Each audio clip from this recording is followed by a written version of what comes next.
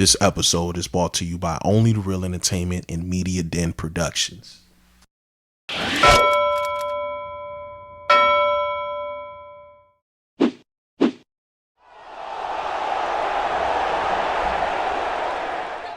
Welcome to another episode of Real Hoops. This is episode 39.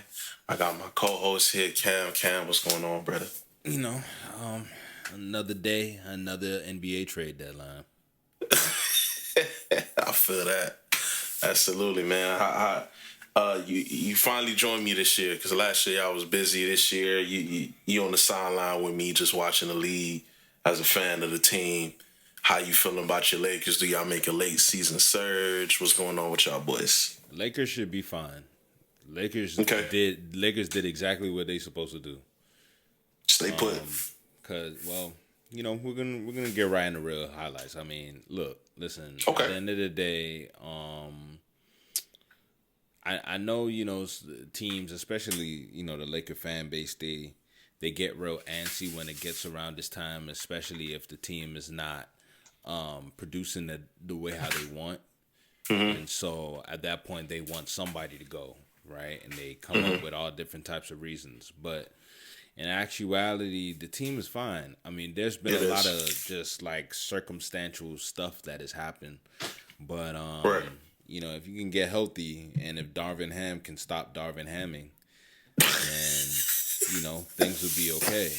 Now, granted, Darvin Ham is going to continue to ham, but I think that we do have, I think the Lakers do have the talent to be able to overcome that a little bit and, focusing on the buyout market, will help out. Ain't no trades out there, bit. Like ain't no trades out there that's going like really like. I didn't see a life-changing one for you guys for real, bro. So let's get in the trade deadline. What did you think about the trade deadline that's happened? I mean, it's been looking kind of weak. What you think about it? Yeah, for the most part, I think there's a couple winners. I think the Bucks got locker room presence and Pat Bev. I think the Knicks got better getting Alec Burke and Bobovanovic. I'm saying your name terribly wrong, my brother. I'm Haitian. I'm sorry. But I think they got slightly better. But other than that, I don't see no earth-shattering trades that's going to make me say, like, hey, you were teetering, and now you know what I'm saying, you got an opportunity to go ahead and win. As opposed to previous ones, it's like, the timeline shook, the NBA shook. It's none of that this year. I think it's because the NBA, it feels like it's kind of wide open. So I feel like a lot of franchises, as well as the new CBA, just stay put and see if they can, try to get a run that way. Buyout market is going to be pretty interesting. The Thunder got Gordon Hayward, another veteran presence. So, I mean, other than that, it's been pretty weak for the most part, bro. I'm not going to lie. So let's get into it. I'm just happy BBLR ain't on my team, brother. Well, let's get into it. Look, obviously there's been trades that's been going on beforehand. I mean, just the day before the trade deadline started, the very last trade of that day, which was February 7th of 2014, there was a trade between Minnesota and Detroit that sent Monte Morris from Detroit to Minnesota in exchange for Shake Milton, Troy Brown Jr., and a second-round pick. So, that kind of started things off. Of course, it didn't start off the whole thing. I mean, we all know the infamous trade. Well, not infamous, but, the biggest trade that we've seen until the trade deadline, which was OG Anunoby going from Toronto to New York. And it looked like they, whatever that was sent, it looked like that set the market at that point. And then from there, we just, we got into the trades. Some of the biggest trades that we see here is Buddy Hield getting traded from Indiana to Philly for Marcus Morris Sr. and Furkan Korkmaz and 3 second-round picks. Right. We had another trade that was real interesting, which was Gordon Hayward going to OKC. For some players and some draft comp, when in actuality, there was reports saying that Gordon Hayward was actually gonna possibly get bought out, What do you think Yeah. about Gordon Hayward in his position now? Because obviously he's been injured plenty of times. Right. And quite frankly, shoot, he's injured right now. Right. He hasn't really been playing too much ball with Charlotte, but now he's getting traded over to the number one seed at this current moment, which is OKC. What do you think about that one? I mean, I felt like that was just we need a vet type of move. Technically, Shea is their vet, but they need somebody else who's been around the league, seen a lot of things. Gordon Hayward at one point was a star in this league. You know, granted, it was short-lived. As you know, he got hurt his first game at Boston, and, you know, his career never really was the same after that. But this is somebody who's, you know, 13-plus year vet in the league. I think, you know, because they're a young team and, you know, their need, which is glaring right now, is that they need another rim protector besides Chet. But I feel like they believe in their young guys, you know, meshing together, which is why they're the, you know, the number one, number two seed. Has been teetering between four teams out there in the West. Again, I don't think it's life-changing, but Gordon Hayward is a respected vet in this league, so I just feel like they needed somebody of more age, because that's a super, super young team, and they're enjoying a lot of early success. So it's he's one of those guys that could calm them down when they get too hype come playoff time. So we'll see how that goes, bro.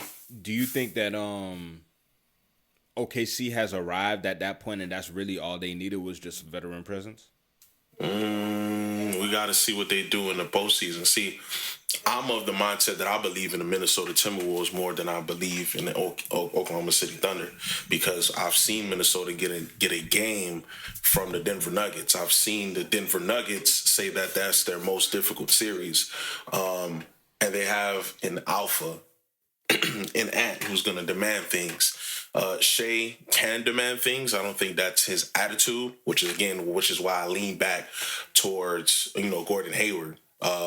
Ant already had that, and, you know, as a person we discussed earlier, Patrick Beverley, to instill some of those good habits early on into his career.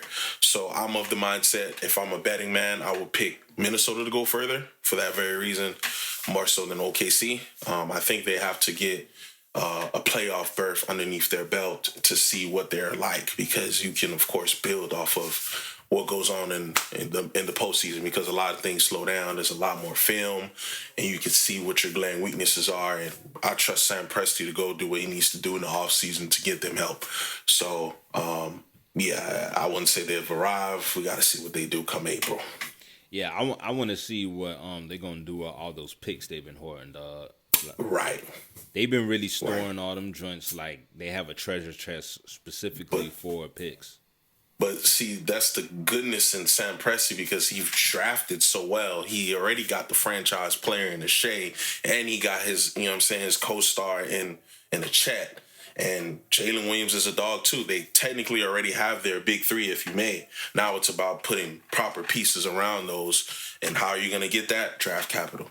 Draft capital is a luxury to some of these guys in terms of the general managers around the league, and Sam Presti knows what he's doing. He had a big three in the 2010s, and now he's built up another one right in front of our very eyes. So we have to see, you know, some of their weaknesses. I think maybe they're a rim protector and a veteran locker room presence away from competing for a title for sure.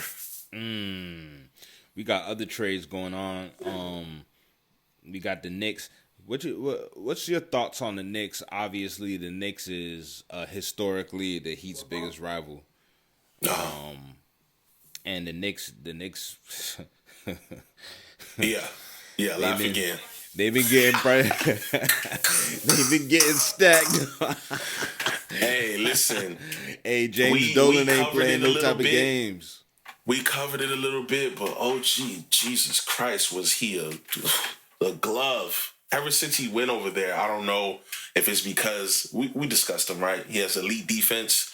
I slept on his intangibles because you don't see that a lot in Toronto. But the intangibles, being on a bigger stage, having a bona fide superstar in a Jalen Brunson and another star in Julius Randle. They already had a utility guy in Josh Hart. He just adds to that. He can pretty much fit right into RJ's system, but provide, better defense. And it's just, man, that team is fun to watch. I ain't even gonna lie. Jalen Brunson is a dog. I'm looking forward to see when OG and Randall comes back. I think that trade helps, Brunson out in terms of sharing the scoring load while both of those guys are out. But man, they look like they're getting jiggy over there. The East. The East is gonna be a toss up for sure. Yeah, they're not playing. They traded for Bojan Bogdanovic and Alec Burks. They already gave up Alec Burks like a season ago or two ago. So they get him back. I mean, he was a really good fit with New York as well, but obviously they wanted to get younger.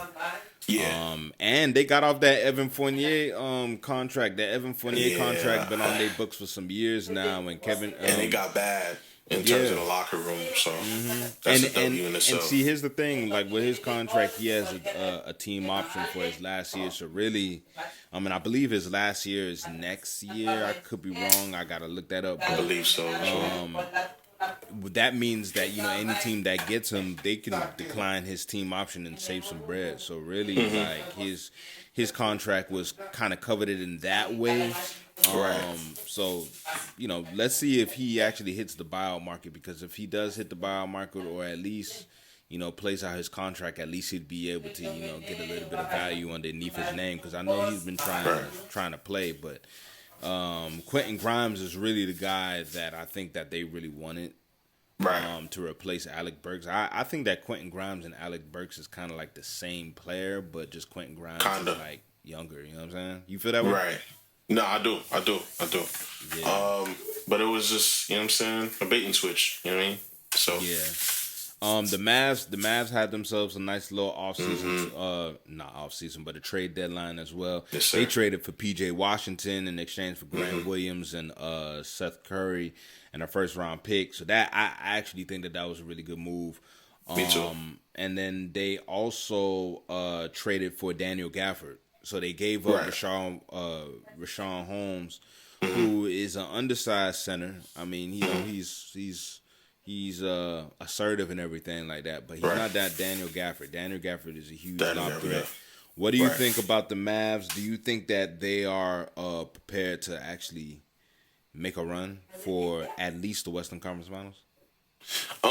It could be. Like I said, the West is in a super toss-up, more so than any other time that I remember outside of 2011. I don't remember it being this insane before.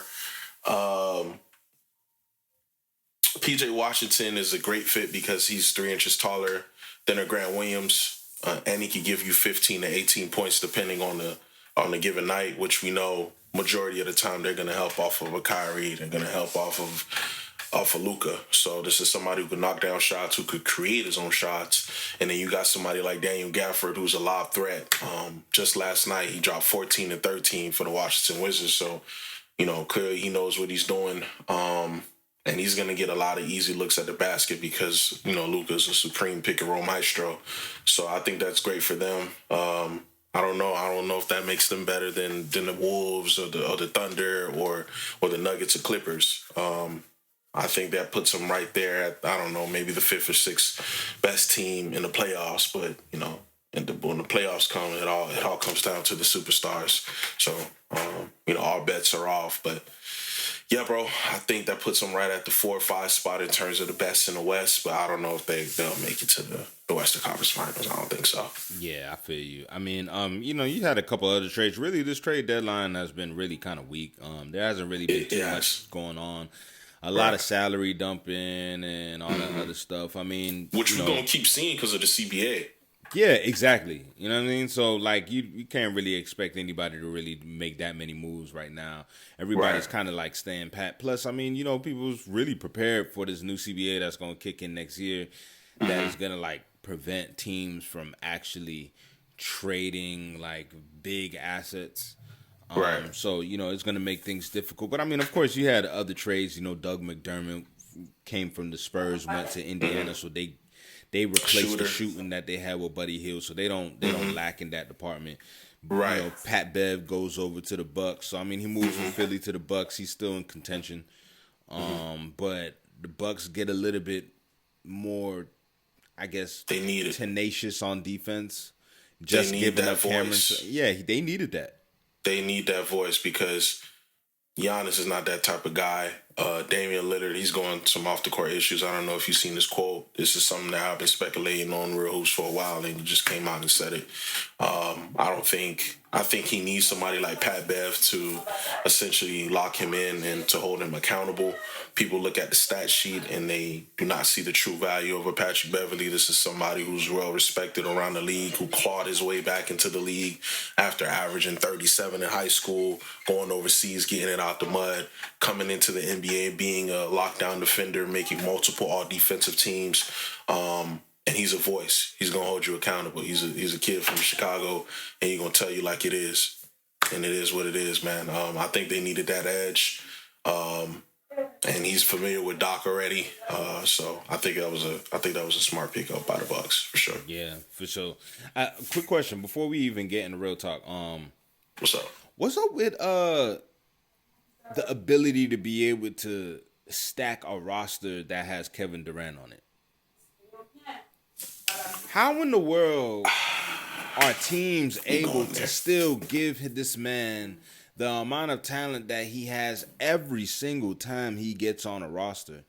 Like, the man has been on a vet min the whole entire time. What's up? I mean, it be looking good on paper. Yeah, I thought Brooklyn was gonna sleep to everybody. Yeah, it looked great on paper. It did. You had Blake Griffin, who was one of the best power forwards in the 2010s. You had LaMarcus Aldridge, who was one of the best power forwards in the 2010s. You, of course, had Kyrie. You, of course, had Harden. But they look good on paper. Them names look great on paper until it's time to lace them hoes up. Yeah, it looked great on paper. The Suns, they look great right now. They look great on paper. But when the game slows down, it looks a lot different.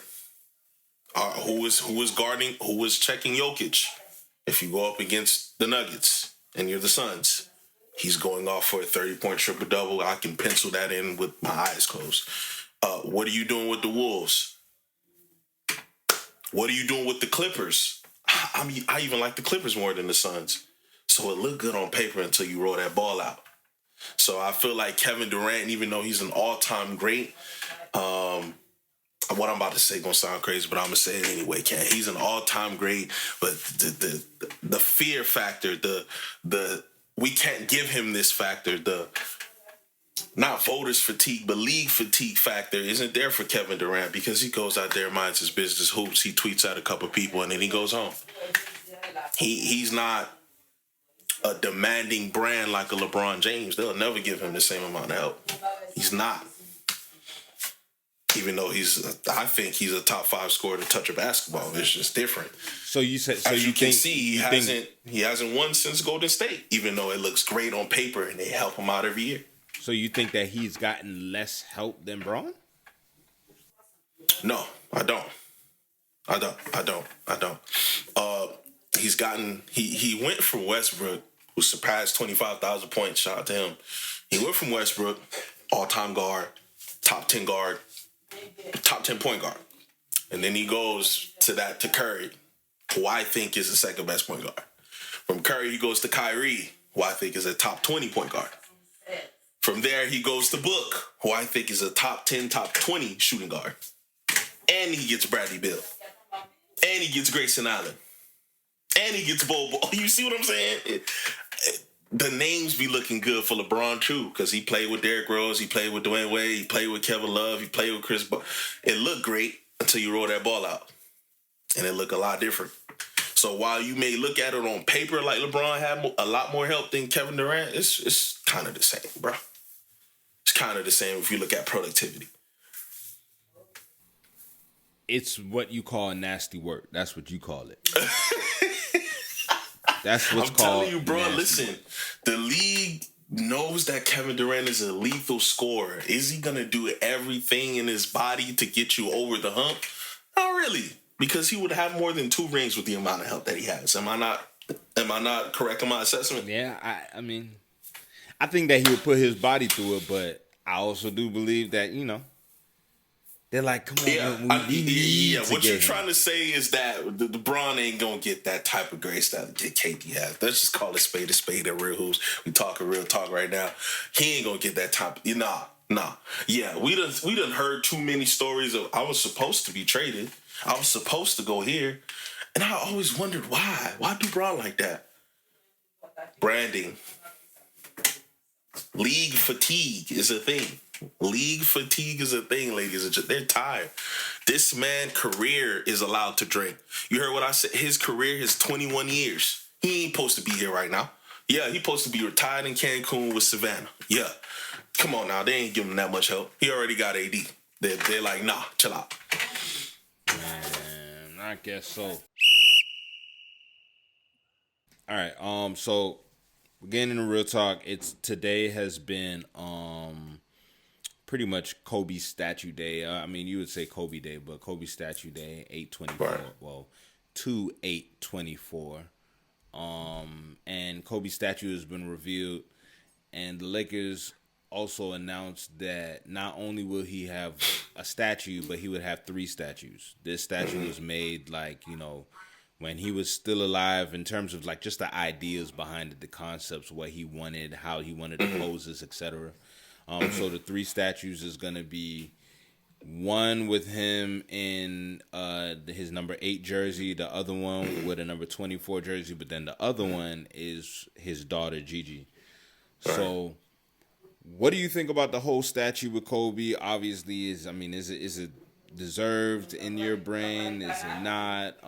What's your memory of Kobe? I mean, just give us Kobe. It hurts my heart every time to talk about him. It's a soft spot for me. It's a soft spot for anybody who loves basketball, because he's supposed to be here to see that statue, man, and it just hurts. Kobe is one of those few players that made me watch the sport. I watched him drop 81 in 2006 when I first started watching basketball. Outside of Dwayne Wade, Carmelo, and LeBron James, he's just, his will and imprint on the game is forever etched. I watched him one time play against the New Orleans Hornets back in the day when they had Chris Paul, and he was shooting terrible for 3.5 quarters, and he ended up clutching the game for them. That just embodied who Kobe was.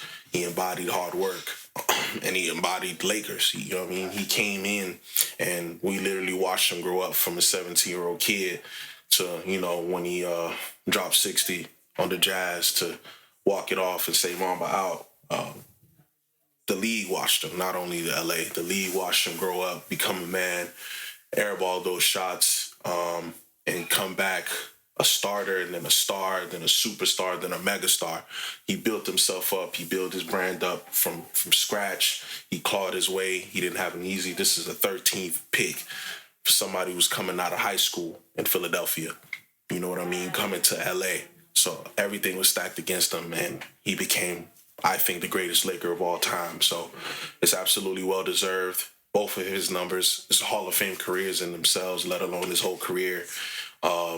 And he's always wanted to, wear the Lakers in front of him, and he's never shied away from it. And there's just a class act by the organization to make sure that when you see the Lakers, you see Kobe Bryant, and, it'll live for generations on. So I'm super excited.